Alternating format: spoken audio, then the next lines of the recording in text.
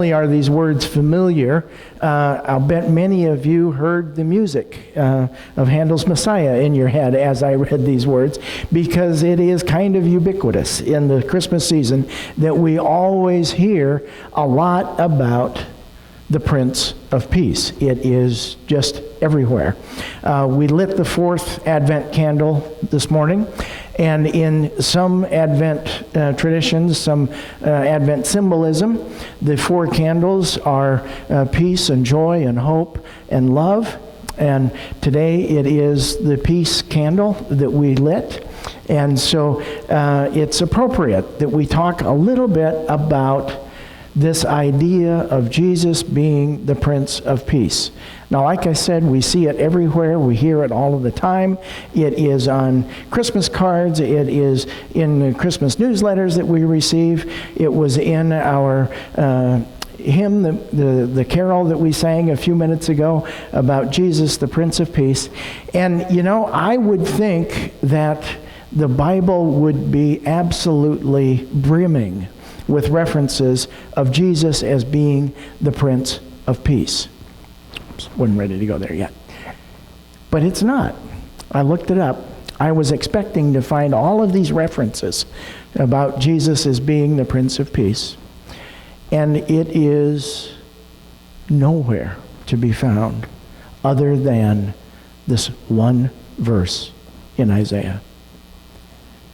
Not even mentioned twice in the book of Isaiah. Just that one tiny little reference. Verse 6 in the 9th chapter calls Jesus the Prince of Peace. Isn't it amazing how one little phrase, one little idea kind of gains traction? You know, and you hear about it and you hear about it and you hear about it, and it's just everywhere pretty soon. But in reality, it is only found in the one place in the entire Bible. I thought that was kind of interesting. Now, I'm going to change gears for you. I want to talk a little bit about one of our favorite places, which is Elk Creek Falls. I read about the hike that you can take there at Elk Creek Falls. Who's been on that trail? A few of you? Okay. You'll know what I'm talking about. I read about it in the Tribune, and as I read about it, I said, well, we have to go do this, and it's not that far away. You can be there in less than an hour. And what's really interesting about Elk Creek Falls is there are 3 different waterfalls that you can see along this trail. And the photograph that is there is of the middle falls of Elk Creek Falls.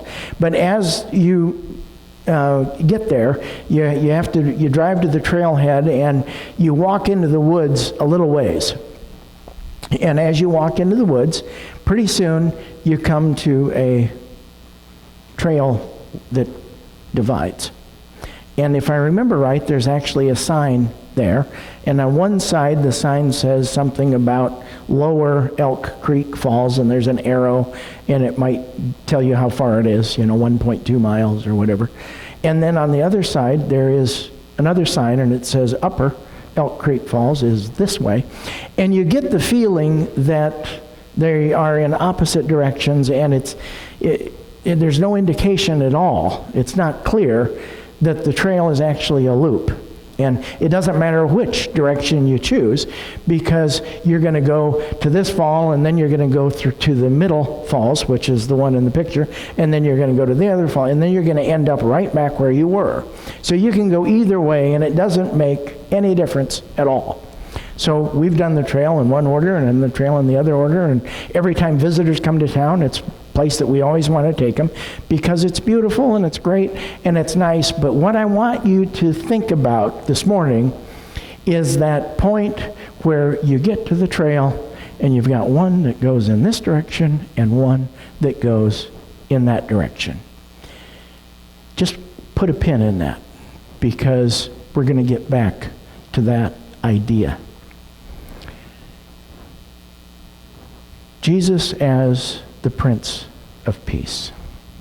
I don't know if you know this or not, but a Roman emperor, Caesar, all of the Roman emperors, and the person of Jesus actually share a lot of different kinds of labels or pronouncements or names that that people call them or that literature refers to them.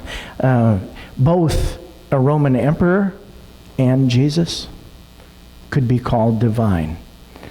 In the Roman culture, the emperor was so revered that he was considered to be a god in many ways.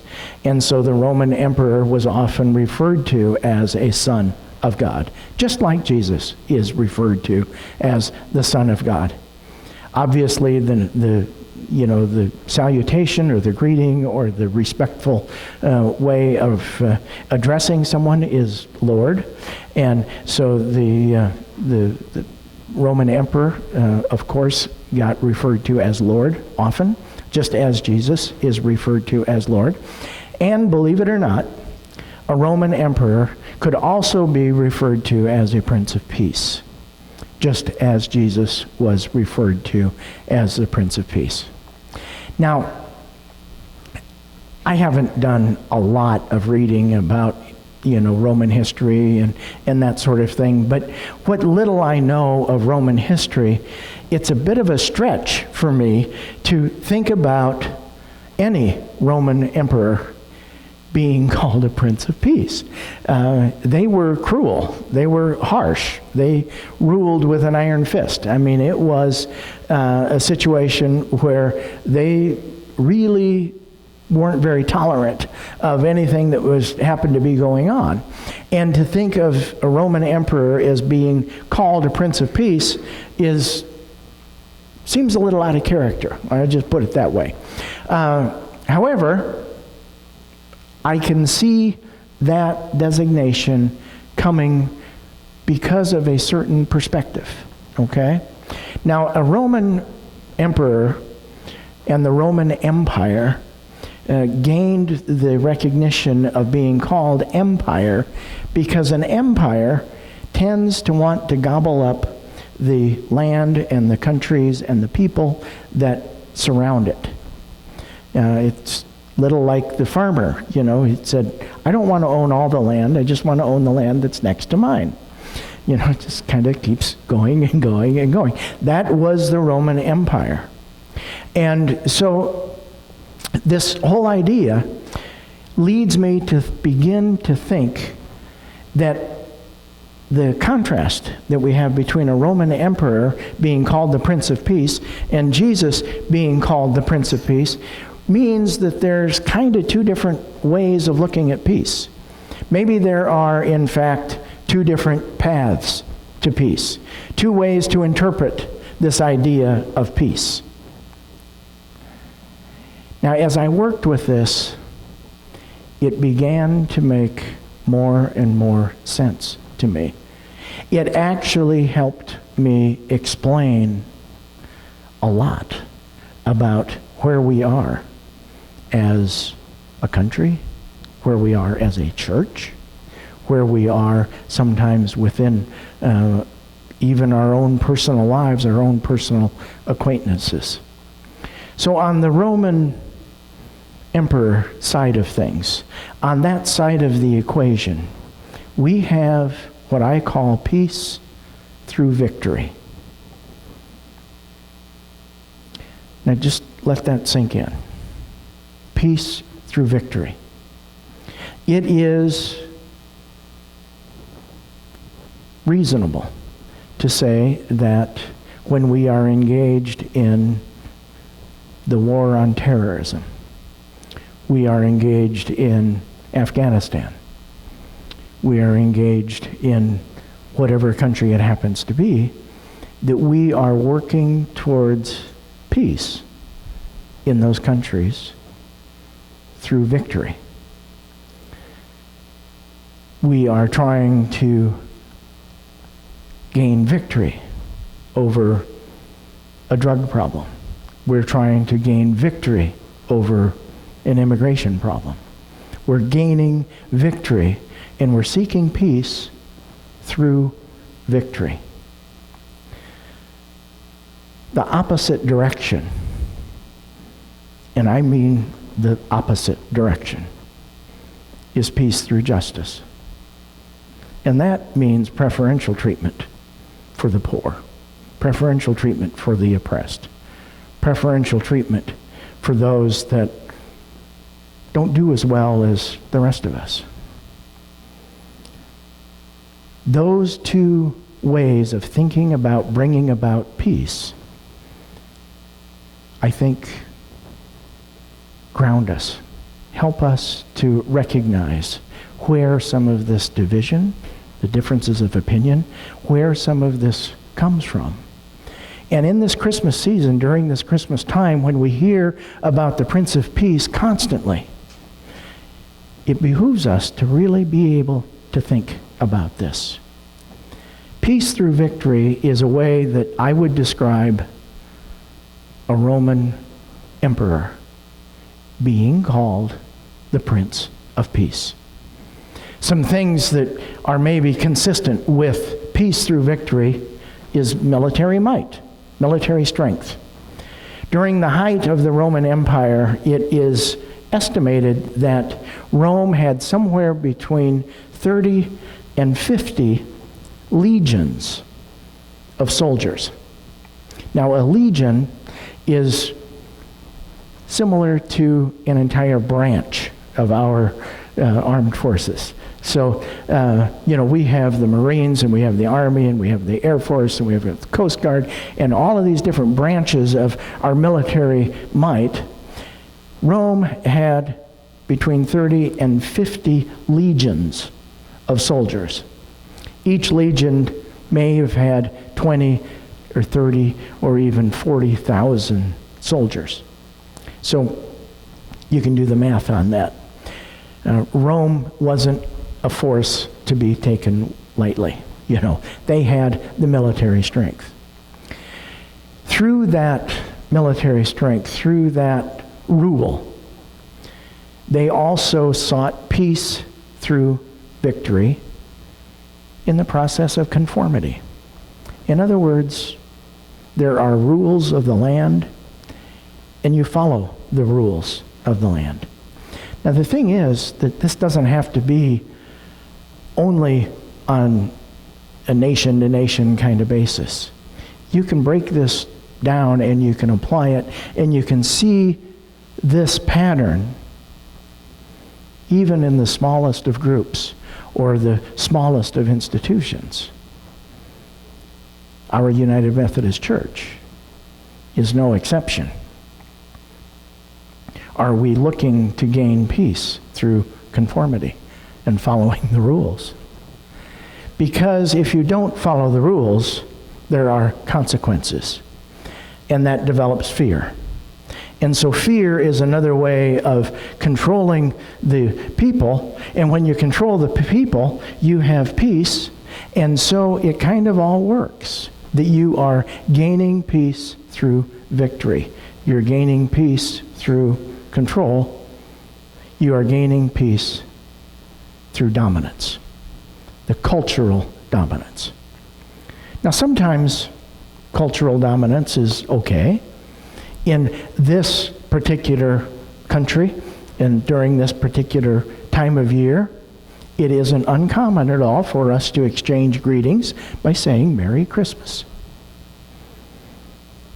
That's culturally dominant right now here.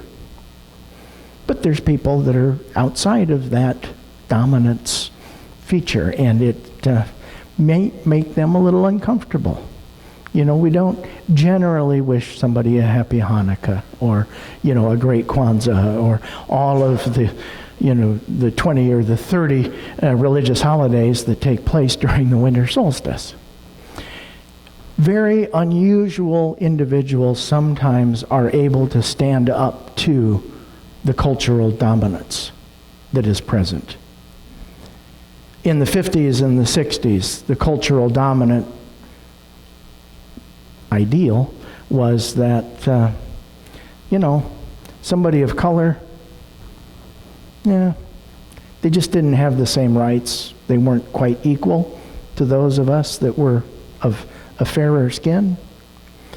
And a man by the name of Martin Luther King Jr. stood up to that cultural dominance and tried to gain some recognition, some change toward something different than that cultural dominant feeling. The current struggle among the LGBTQ factions of our society are standing up to a cultural dominance attitude that those persons just don't matter. And so, taken as a group, the military might on a national level, or as a country, the conformity of following the rules, the fear that is generated by not following the rules, and the cultural dominance all works together to create a very peaceful environment. Peaceful because nobody dare say anything. That was the way it was in Rome, and eventually that's what got Jesus executed, because he was not peaceful. He was not staying quiet. He was not following the rules. He wasn't playing according to the cultural dominance of the day. He was doing other things. For me, and I'm always throwing out the Pastor Chuck disclaimer, but for me, keeping the peace through victory is not following Jesus. Peace through justice is where I find Jesus. And they are two paths that go in absolutely opposite directions. But I think it's very easy for us to be influenced. It's very easy for us to be hoodwinked into thinking that if we are on the path that brings about peace through victory, that because we are seeking peace and Jesus is the Prince of Peace, that thereby, by default, we are in fact following Jesus.